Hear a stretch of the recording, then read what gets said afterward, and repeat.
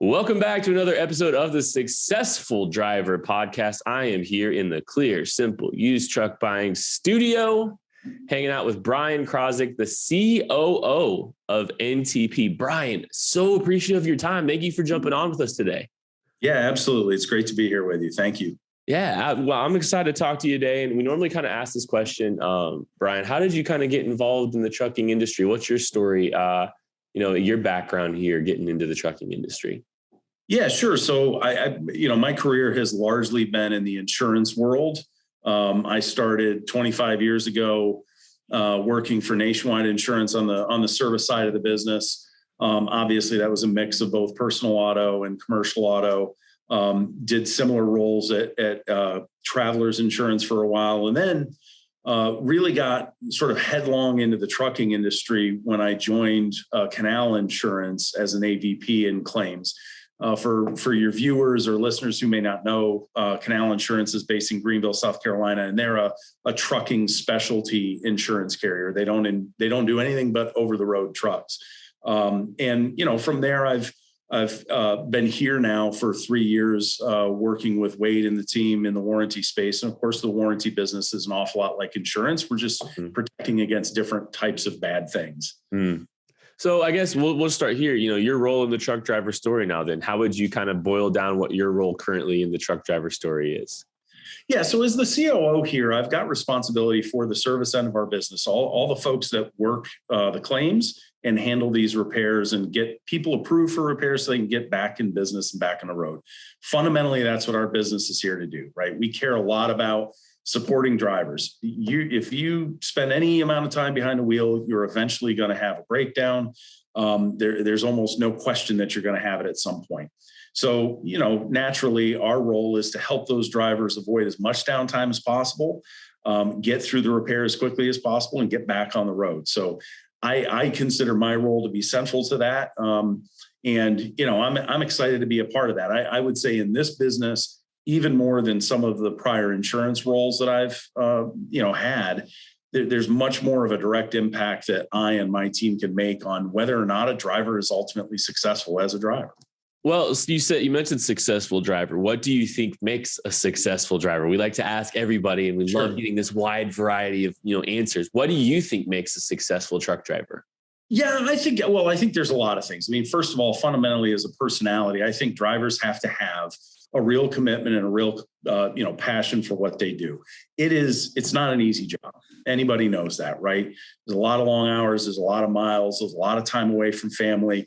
And it can be lonely out there too. So you have to have a sort of a special mindset. And I kind of think of truck drivers as being in the same sort of mindset as, military people. And that's probably why there are a lot of military folks in there, but they're all sort of service oriented, right? They make personal sacrifices for the good of the rest of the country.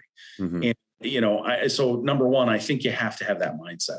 Number two, I think you have to be, pretty savvy as a business person just to understand what the risks are to you as a driver and to your truck, right? Because at the end of the day, if you're not able to perform, your truck's not able to perform, then you can't be successful. And so, having some working operating capital a part of it for sure. But also having protective products like warranty products and insurance play a really key role. And I know that, here in this conversation, we'll talk a little bit about preventative maintenance. So I think, the service mindset, a little bit of business savvy and orientation around really understanding what the risks are when you're out there as an over-the-road driver are central to being a successful driver. I know you said earlier, it's not if, something will happen with your truck, it's when. And I totally agree with that. And, we kind of have that mantra around here too. It's like, we sell used trucks and we know, they still have a useful life, but there's still issues that can come up with any piece of used equipment. But I think, the severity of an issue or how much an issue can affect you, or how long you can delay an issue probably has to do with, like you kind of talked about, preventative maintenance. What's the importance of preventative maintenance? Yeah, this is a topic we talk about a lot here because if you think about our warranty product, first of all, as a driver, you've got to protect yourself against those things that can happen almost regardless of what you do, right? If you have a bad fuel injector or a bad turbocharger or a fuel pump, there's really not anything you can do as a driver to prevent yourself from having that problem, right? And so it's a good idea to have warranty products to protect against those kinds of things that are just truly outside of your control. On the other hand, the preventative maintenance piece is really where you as a driver can take an active role in preventing all the stuff that can be really catastrophic. So, making sure that your oil and your fluids are right and things like that can help you prevent more major and catastrophic failures that could damage your entire engine and lead to an engine replacement, that kind of thing. So, I think preventative maintenance is really, it's got to go hand in hand with the warranty. It's not enough to do preventative maintenance and not have a warranty. And I don't think it's enough to have a warranty and not do your preventative maintenance. Those two things really combat slightly different problems. PMs combat the things that you can avoid. Warranty helps you combat the things that are just not avoidable at all. Sure. We always ask this question too. Well, sometimes we do. Is there any horror stories from out on the road that you've heard recently that really, really affected you? Yeah. I mean, look, we have a fair number of catastrophic engine claims that we get in this business. And those are always really difficult situations, especially for the drivers, because in a lot of cases, some of these folks are really teetering on, am I going to be able to be back in business at all? Because it's not just, hey, look, we're going to handle that repair. And we replace a lot of engines for folks to get them back on the road. But those repairs, because they are so complex, and especially in today's environment, when you have part shortages and supply chain disruption, they take a long time. So if you go down with a really catastrophic failure like that, you may be down for 2 or 3 months before that truck is back on the road.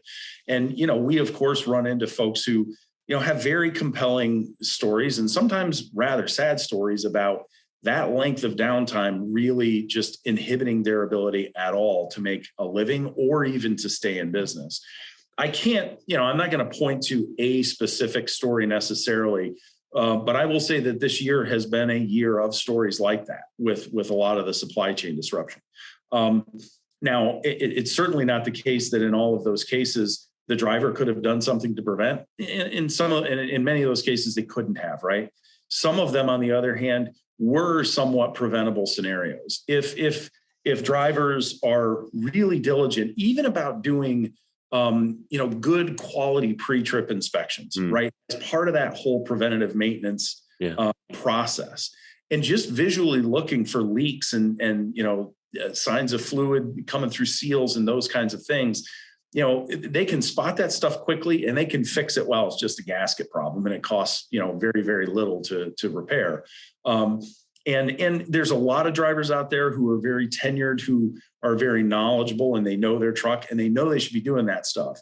The folks who tend to be a little bit newer in the business, who are trying to figure out, how do I make my way in this transportation world? They don't always have the experience yet to know to look for some of those basic things. Mm-hmm. And as a result, sometimes they have those kind of major failures.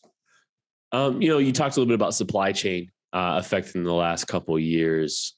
This has obviously been an unprecedented time for all of us here. What else have you seen change in the industry beyond just supply chain, or has there really been any change outside of supply chain?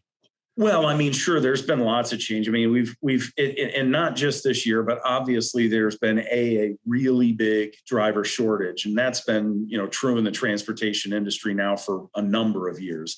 I think it's gotten a little bit worse in 2021 in the wake of COVID. On the one hand, you got a lot of freight moving out there and you got a lot of demand for drivers. On the other, I think that COVID and supply chain and all of the difficulties that we've had to deal with the last year and a half, 2 years, have also made it a little bit less desirable if you're, newer to the industry or thinking about getting into the industry to become a driver.